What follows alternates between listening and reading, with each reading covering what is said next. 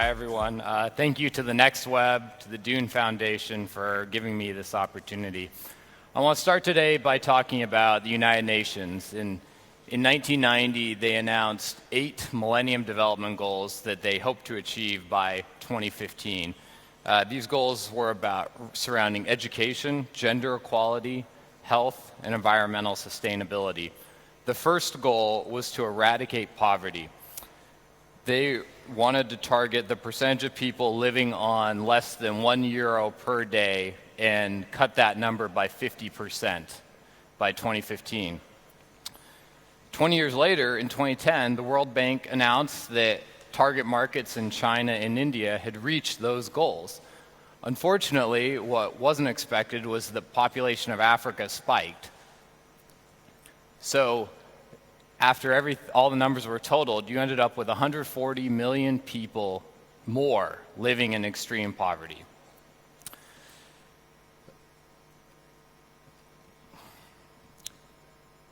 Additionally, 1.6 billion people live without any form of electricity.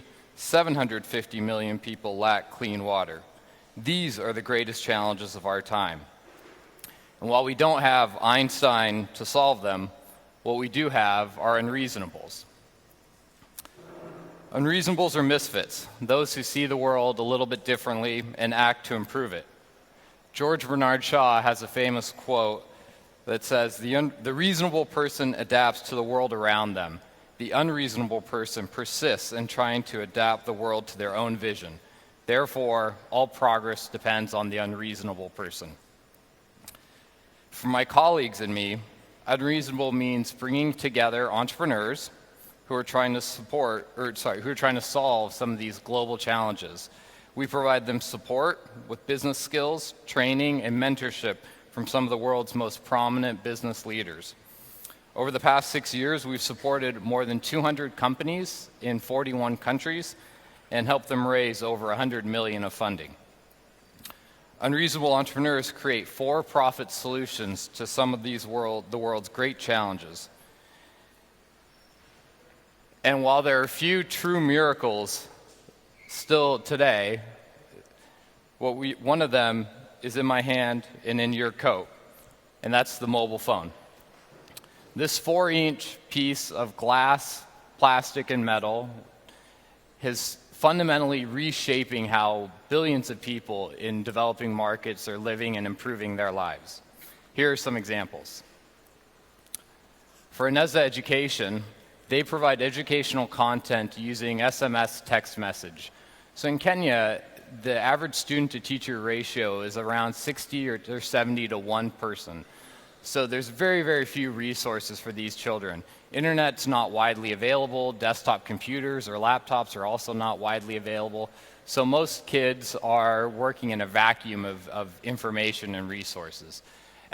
What Ineza provides is over text message. A kid can download a quiz, take it, get prepared for what is an entrance exam that gets the kids from 8th grade into 9th grade, which currently only about 1 in 3 kids actually passes.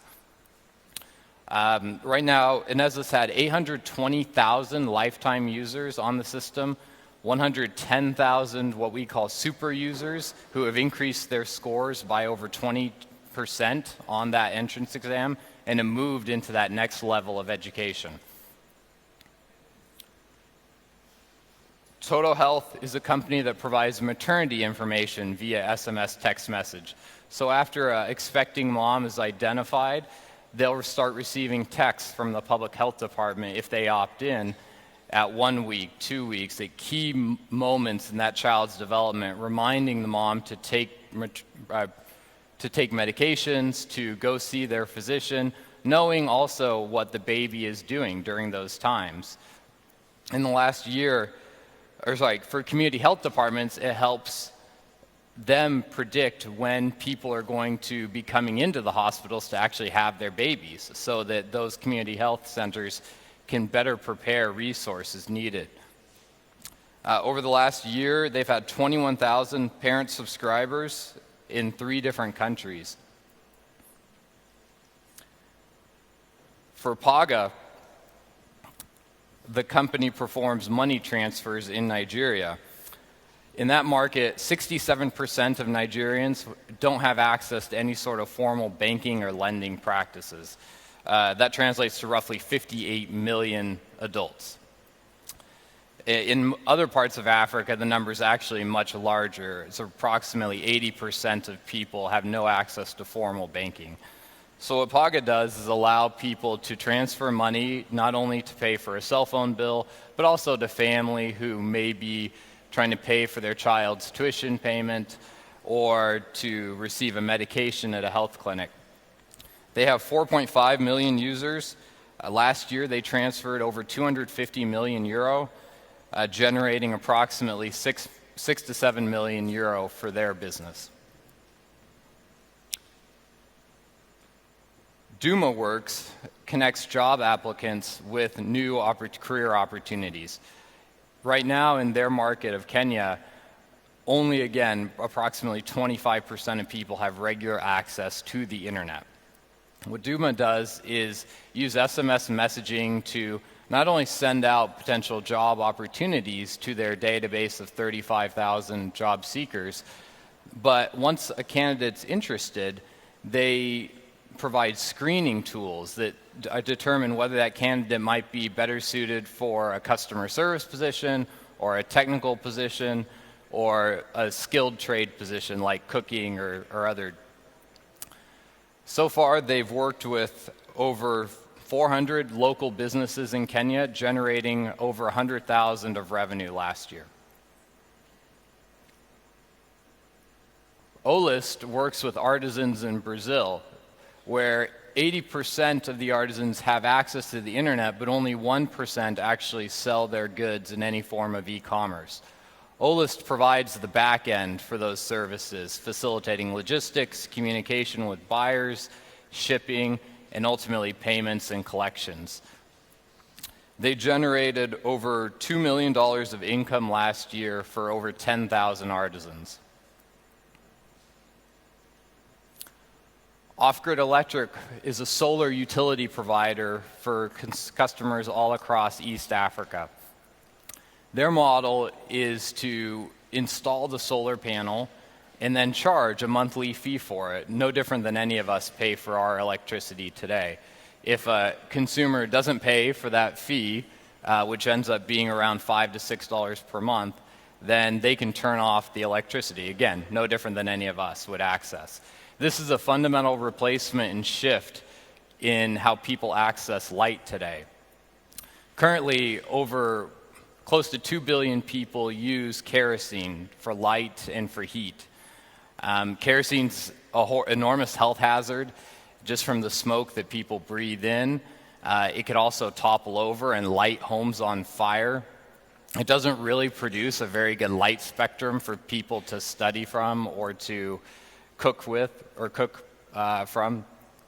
So solar presents actually a much more attractive solution. By the way, kerosene typically costs most families $7 to $8 per month around the world. So solar being able to be priced at $6 per month is actually a very attractive proposition. Right now, Off-Grid Electric is lighting approximately 10,000 homes every month.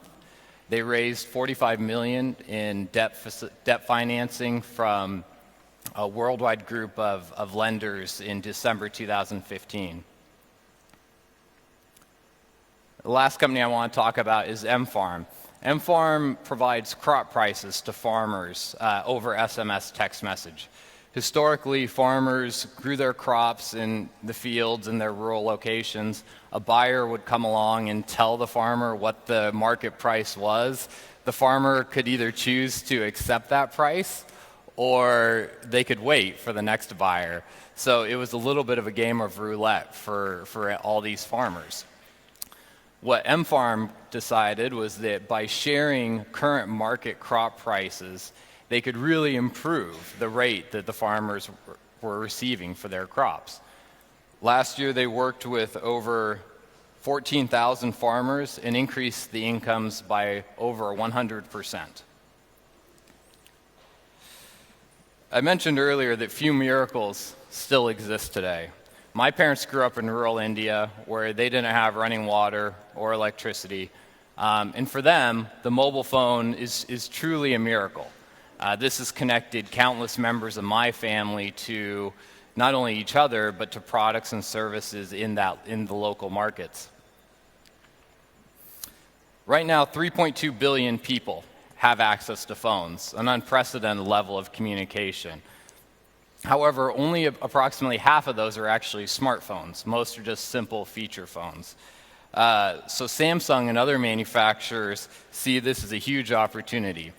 Search the internet for $30 smartphone, and you'll pull up hundreds of results that talk about how they're going to improve, how these companies are going to sell to this 1.6 billion customer market opportunity.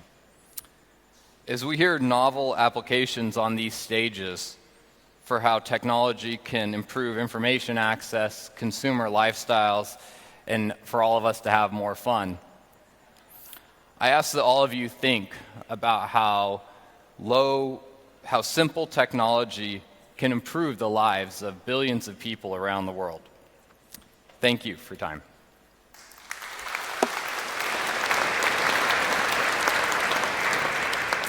So we actually have quite a lot of time for questions, so I'm going to ask a question first. Please. So probably like the killer application, if you want to call it that, of mobile in the developing world has been mobile money, and this is something that hasn't really taken off in the rest of the world. So do you see anything else coming down the line that you think is going to be the next huge thing, which may, again, not like maybe a completely new type of usage of mobile or whatever? I think some of the examples I spoke about here are some of those cases. And, I don't think about farming that often, I guess, even though I grew up in a farming community in California in the U.S.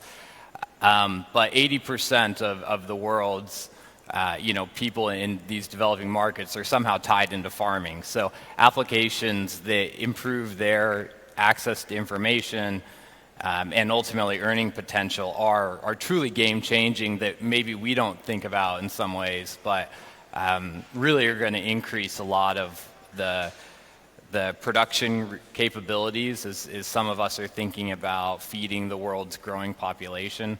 And I think that's part of this stage, being the future generation. So I think that's one. Education is definitely another. The ability to distribute meaningful amounts of content over networks, whether it's by computer or, in all likelihood, more mobile phone, as a lot of people in these developing markets are likely not going to have wired internet connections, and even wireless is not very stable for them. But cell phone networks are unbelievably stable in developing markets. So the ability to distribute educational content over that medium would be tremendously helpful. Okay, so farming and education. Farming and education. We have time for a couple of questions from the audience, so please raise your hand. I see somebody over here.